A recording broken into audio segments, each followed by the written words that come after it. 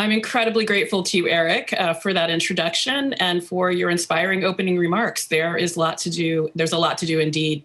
It is my great privilege to participate in today's Futures Forum on Preparedness.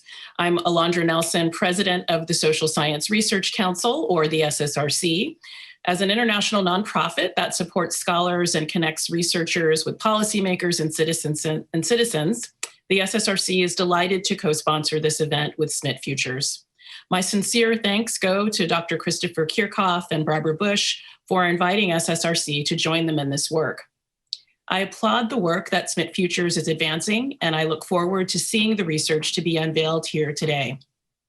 What's more, the network you have built across fields of research and spanning continents represents a necessary step toward the shared creation of a worldwide agenda, as well as a model for how we meet the daunting challenges of pandemics and other crises to come. I'm honored to be in the company of leading experts, including Dr. Tedros Adhanom Ghebreyesus, Dr. Anthony Fauci, Dr. Victor Zhao, Dr. Sheila Jasanoff, and Dr. Danielle Allen, among others, whose contributions and writings have not only helped us to understand this pandemic, but in the absence of coordinated leadership, these actors have helped to chart a course through the defining moment of our time. Finally, thank you to everyone who is joining us today in this virtual audience. The SSRC is an independent nonprofit international organization established in 1923 by 7 learned societies representing anthropology, economics, history, political science, psychology, sociology, and statistics. The organization was founded to deepen the craft of social science and address major public issues by crossing the frontiers that divide disciplines and separate university scholarship from public affairs. For almost 100 years, the Council has remained at the forefront of advancing this mission. Over the past several months, the SSRC has mobilized more than 80 research teams to study and learn from COVID-19. The insights this community of scholars has yielded and will continue to yield has never been more important as we navigate, learn from, and recover from the pandemic. A focus of our work has long been to support and fund anticipatory research, scholarship that considers the challenges that await us on the horizon, rather than simply reacting to problems as they arise. Thus, the theme of today's forum, Preparedness, aligns with the driving mission of the SSRC. By centering today's convening on preparedness, we serve society by addressing the very blind spots that have failed to protect us from COVID-19, and by addressing the fact that many of these blind spots are deeply social in their origins and elaboration.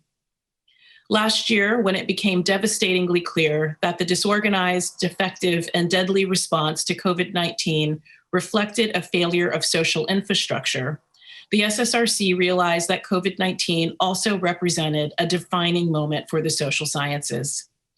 The coronavirus pandemic is a grave reminder that questions of social cohesion, political authority, and knowledge dissemination are issues of life and death. The tools of social research shine a light on the successes and failures of the present crisis. As the studies premiering today show, solving global public health crises requires a rigorous, dynamic understanding of the complex social worlds in which viruses and knowledge spread, and within which inequality and discrimination continue to persist.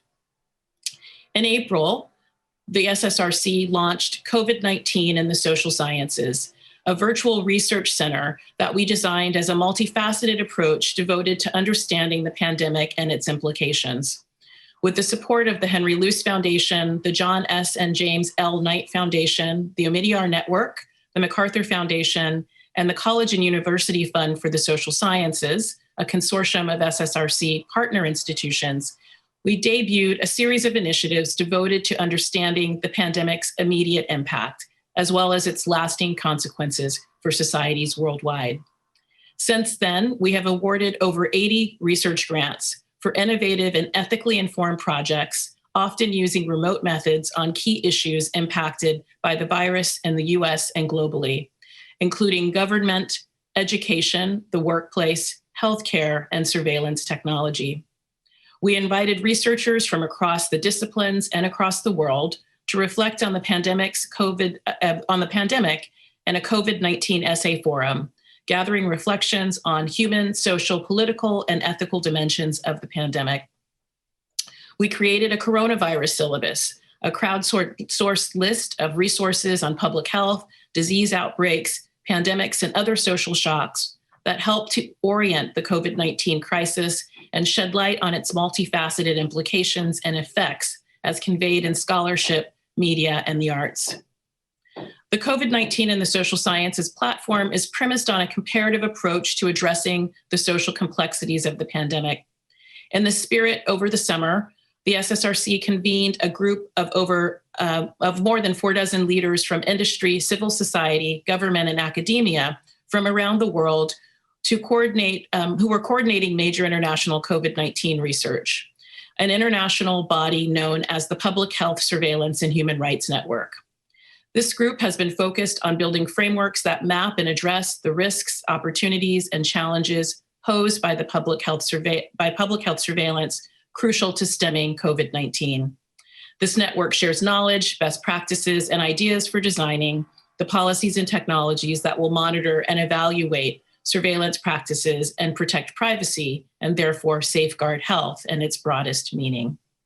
This network has generated recommendations for technology design, policy intervention, and the role of advocacy and watchdog organizations, and for conducting research in real time.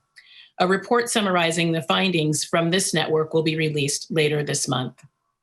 This white paper concludes with a call for a deeper, sustained commitment to research and proposes possible avenues for future inquiry. We hope this white paper will ignite a new chapter of comparative research, which the SSRC hopes to carry forward with SMIT Futures and other partners. A wave of important scholarship, a small portion of which we were pleased to be able to support at the SSRC, has emerged to help us understand the social effects of the pandemic. We recognize, however, that this surfeit of scholarship represents only the initial chapter of research that we'll need to help contextualize this moment. We look forward to seeing how the research unveiled today will catalyze a new wave of scholarship that considers a more forward-thinking research agenda to prepare for subsequent pandemics. I echo Eric when I state that today's convening is an early scholarly look at cross-national responses to COVID-19. We assemble here as political scientists, sociologists, economists, anthropologists, experts in science and technology studies, and from other fields to help to transcend the bitter politics that have developed around COVID-19, particularly in the United States, and to do this through deeper understanding. Our highest calling is to dispassionately analyze outcomes in order to help all communities, starting with those most vulnerable and most adversely affected. A virus is not impacted by how much we know. It is impacted by how successfully we collectively implement and enact that knowledge.